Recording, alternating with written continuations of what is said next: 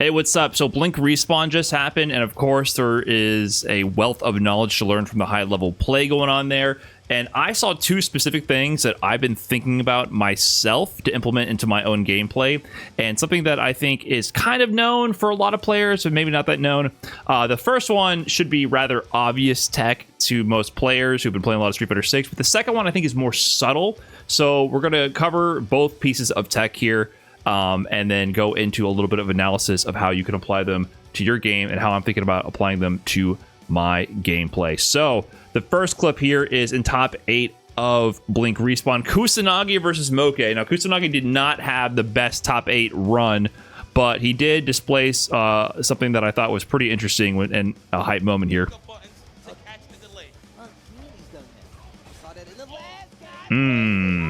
Big bait.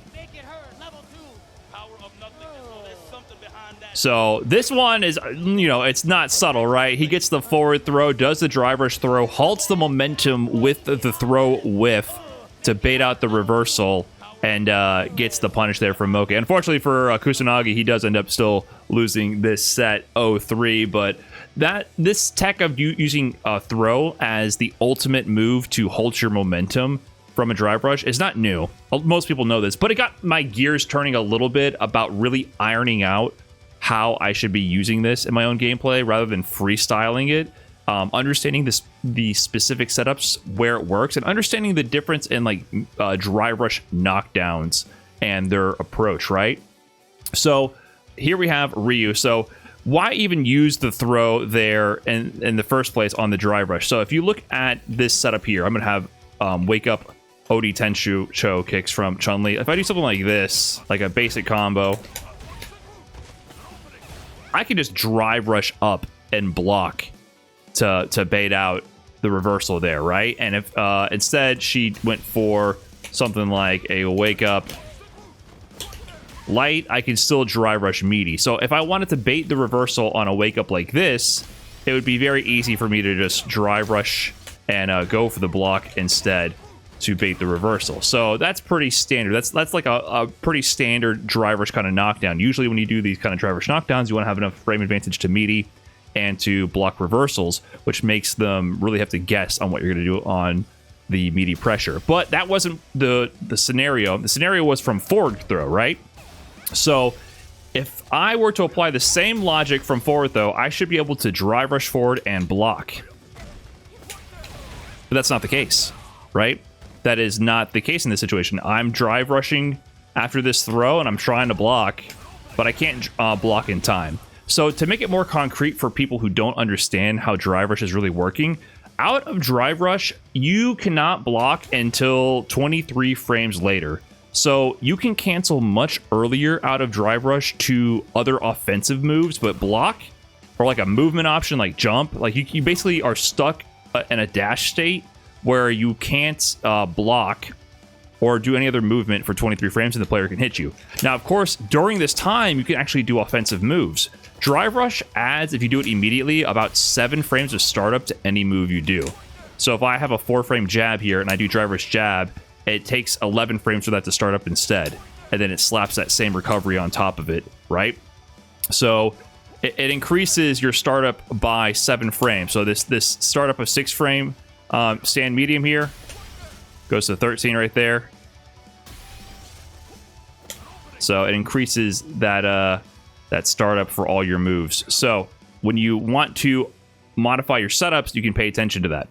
So for throw here, the problem with this setup with the Tencho kicks is, sure, if they do wake up crouching light punch, you can drive rush and get immediate here, right? You can do drive rush heavy, for example, and get immediate.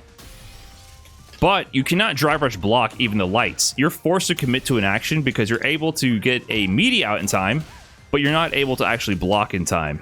So on certain knockdowns, players are starting to recognize when the drive rush is done so late on a knockdown with different Oki, where you know that no matter what, you're going to get your reversal because they're stuck. Like even if Ryu here tries to block, it doesn't matter. This reversal is almost essentially guaranteed to punish. So what is the next layer to that? Well, I can't block in time, but what if I can make the reversal whiff? drive rush throw. So you can see the mind games where at higher level, players know setups and Oki situations where they don't have enough time to get a guaranteed drive rush where they can block and bait reversals. So essentially, if they see you turn green on those knockdowns, DP can all but be guaranteed, right? So that was the tech that Kusanagi brought out there to get that big counter on Moke. But the interesting thing about this is still context dependent, because if he just quick rised, it's a guaranteed punish no matter what. The tech with the throw is not that you're actually recovering faster. You're actually recovering later. The throw, it's 23 frames total to block. And with throw, it's 30 frames, right? So you're actually recovering 7 frames later when you do throw, but you don't move forward as far. So how do you counteract the range? You don't back roll on wake if you quick rise. So I know I tell most players you should be back rolling pretty much every single time you get knocked down. At high level, there's actually a utility to not back rolling and sometimes doing the quick get up in place in order to be in range to punish them for these types of things. Because if in this situation, if Moke quick rised, then no matter what, as soon as Ryu turned green, it was 100% a guaranteed reversal. So that's something to keep in mind. And you can iron this out with your characters as well. That got me thinking about, like with Terry, is there any situation where I could be implementing this kind of tech? And I did find one obvious example for my character. So for Terry, I was wondering if I can get better Oki off my back throw, because I can't really like dash in and get pressure if they decide to like just back roll. I can walk up into a meaty, of course, if they recover in place. But if they instead recover backwards, it's I can't really get anything unless I drive rush, right? So if I drive rush, I do have options to get in there and sort of like manually time a button press in order to meaty them on both wake up in place and recover backwards. So I was like, is this an opportunity for me to do this? So I started messing around with this, and it turns out, yeah, you can actually, on this specific knockdown, go for that. And if you manage to get this bait,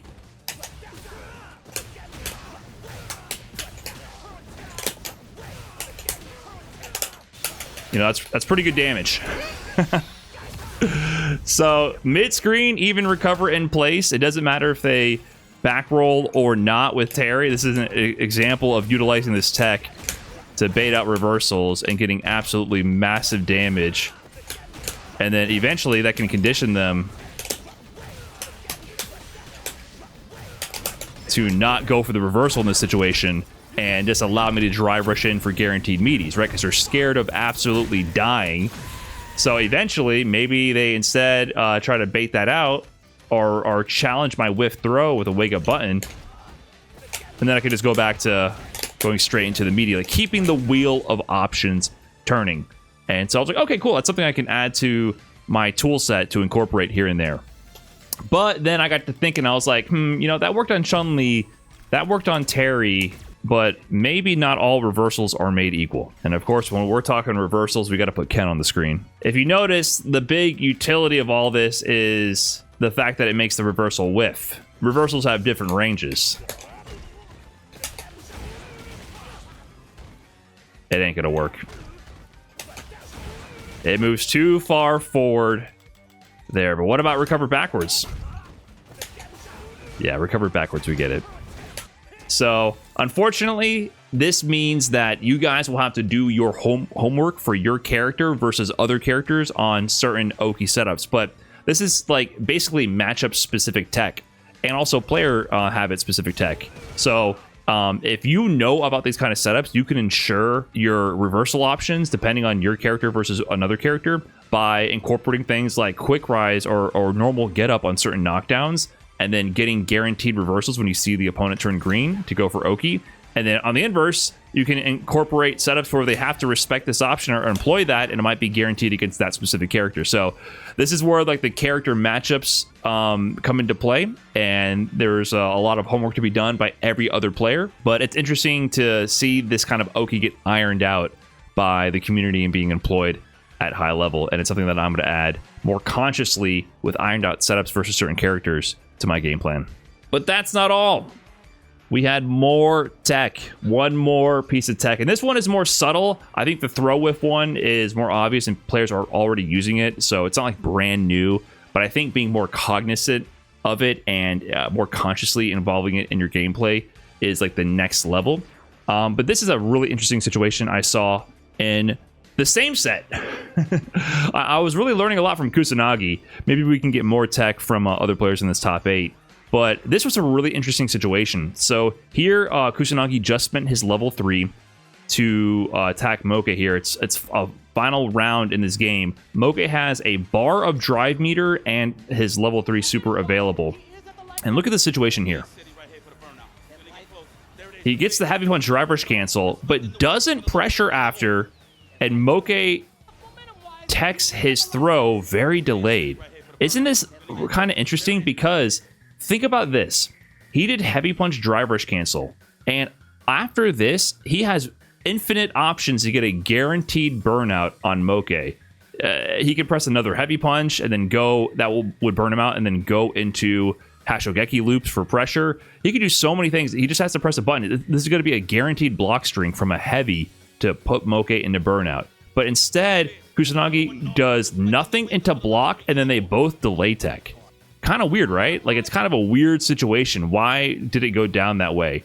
And this is the next evolution of the drive rush cancel meta, the drive rush cancel approach. So let's break that down. So if we go back and recreate a similar situation to what was going on there, we can have Chun-Li here block all and not do anything on block. And at one bar there, this is a block string, right? Like that, it almost there alone forces burnout. I think Ryu can do an even better option, even if she tries to do a light punch, right? Do something like this. Just heavy into Hasho. Something of this sort, right? And that'll be plus at that point too, because this would have put her in burnout, right? So Kusanagi could have guaranteed burnt out Chun-Li and Moke in that situation. 100% guaranteed. But he didn't. He didn't. And it was kind of weird, right? So to understand this, we have to go once again crash course over the DPOS. Yes, everyone's favorite favorite topic. I know I talk about this to death now, but remember, from your non-heavy buttons, if you drive rush cancel, there's no way you can block in time if you don't press a button. If you press no buttons and just hold down back, you're going to get hit by reversals no matter what. And in fact, from all your like low mediums, the only thing that's a true block string, which would allow you to escape that gap and put them in blocks instead, is your light punch, your lights right there, right? So that will ensure that you don't get hit by people mashing reversals in between your drive rush cancel as soon as you turn green. From like crouching mediums, you have a bit more options. You can go into like another medium. Some of them allow you a heavy. I don't know if Ryu gets a heavy here. No, he doesn't get a heavy. But heavies are different. So as you go up to bigger buttons, you have more block stun. So heavy can go into heavy and be a block string, which is great. But beyond that, heavy punches have a unique property. See, if I do any of these other buttons and then I try to block, I try to just do drive rush into nothing, I get hit. But if I do heavy drive rush into nothing, I can block. Something very unique there is going on. Very unique. So if we look at the frame data here, all of these are like -11, -8, right? -11. But heavy punch drive rush cancel is -4. -4 is a very specific amount of disadvantage because reversals are generally 5 frames or 6 frames. They're not 4 frames. The best option you have there to punish would be something like a jab. See, I'm trying to block here, and this jab hits me. So only a 4-frame light would actually punish me by doing heavy punch into empty block. That's the only move that can punish me. Now, of course, you don't want to just press lights because drive rush cancel is a cancelable state. I could potentially just delay a button and frame trap you.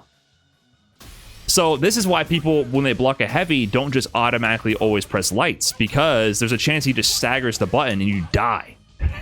Right? Like, this is the reason. Like, you might be wondering, like, oh, why don't I just press jab every time? Because, brother, you're dead. Right? You die for that. So you can see how, if you think they're going to do instead a delayed button to bait your jab, you can go back to doing a reversal to punish this. If they're trying to do delay buttons to bait out my jab, I do reversal. But then if I think, oh, they're going to do reversal to bait out my stagger button as the Ryu, I once again go back to blocking, and then I punish them. So you see where the mix-up goes. Of course, it's heavily in Ryu's favor, but potentially, if you hard read that they're going to do heavy drive rush on offense, you are incentivized to sometimes do heavy punch into nothing and then bait out a reversal. And then if you read that, instead, if you're ballsy, you can press buttons and get a guaranteed punish on that. So when Kusanagi had that situation, he was thinking a step further. Not only can you interrupt with reversals on that, you can also do it with supers as well, right? If I go this and I try to do a button, I can eat a level 3. So Moke had a sliver of drive gauge and level 3. Kusanagi was banking on empty drive rush to hope that Moke was going to do something here to interrupt an overextension in order to interrupt that and get the guaranteed win, and Kusanagi would have baited that and blocked it and killed him. He was going for the kill. He was sacrificing the guaranteed burnout in this situation, because he could have done this string, like I mentioned. He could have done that, guaranteed burnout, in order to go for the big Galaxy Brain read of baiting out a reversal. On the other hand, Moke was saying, I'm not going to give you a damn thing. So what we ended up getting in this situation, if you are on defense, you can employ a next level defensive strategy here, which is, of course, delay tech. If I go for this frame trap here, you know, the delay stand medium, they're just going to block it. And if I go for this empty option here, I'm probably going to be delay teching myself. In a lot of situations, if you let this rock, both players end up staring at each other and delay teching, because the Ryu player's thinking, wait, I thought you were going to press a button there. Suddenly you're both staring each other in the face, and the only option is to delay tech. And you can really, really employ this on both ends, because say I'm actually fighting against the Chun-Li here, I'm going to have them do throw tech and OD Tensho kicks on immediate timing. I can practice my delay tech timing on offense here and cover both options. So I'm going to delay tech so that I block the OD Tensho kicks, but also I tech the throw. I inputted tech there. You see that? But I still was able to block the reversal. This is on a random setting. It's randomly doing both options. So this is what Kusanagi was going for. He was going for this delay tech after the empty drive rush. He would bait if a reversal came and killed, and also be safe to Moke trying to tech a potential throw as well. Moke, though, being Galaxy Brained, he chose the tech option as well, predicting that Moke was, or rather Kusanagi was going to go for a frame trap or some kind of bait. And he just let it rock, saw that nothing occurred, and then delay tech in return. So this is a common strategy. This is not new. None of this is new, by the way. This is something that people do. So if you're ever curious about like baiting people out for their offensive option, you can try like your heavy drive rush cancel into delay tech. And on the other hand, if you notice your opponent is doing things like heavy punch drive rush cancel, and then like he stops suddenly and does this, like if they do that to you, you know that maybe you should be a little brave and incorporate immediate jab on defense after blocking a heavy drive rush cancel. So the wheel of options keeps turning. There's RPS on every side. Obviously, once you block this from the offensive player, it's more loaded in their favor for sure. But you can pay attention to the options players are choosing on both ends of this interaction and get a feel for what cards they're playing with in these moments. So Yeah, the safe option here would be delay tech for the defender and the offensive player. But if you're ballsy on defense, you can mash jab here sometimes and get some nice checks. But of course, your mileage may vary. That could be the end of your life as well. But it's good to know, once again, Street Fighter, it's all about knowing the risk reward, knowing all the options, and knowing what you could do and when you should do it then becomes the question that you have to answer. So I think Kusanagi and Moke were showing off some great situational awareness and things that I want to be more, you know, actively thinking about in my own matches. I do think I'm going to incorporate a bit more heavy punch into nothing offensively here and there, just to bait out reversals and incorporate a delay tech defensively. And I'll be a bit more brave to press jab also here and there after blocking a heavy punch driver's cancel. Seems like it might be worth it sometimes as well to incorporate that. So anyways, that's all I have for this video. I know none of this is technically new, but these are things I think that high-level players are really getting more and more concrete as time goes on, and I'm trying to incorporate that into my gameplay as well. So hopefully this got the gears turning in your head and you learned something. Thanks for watching. Peace.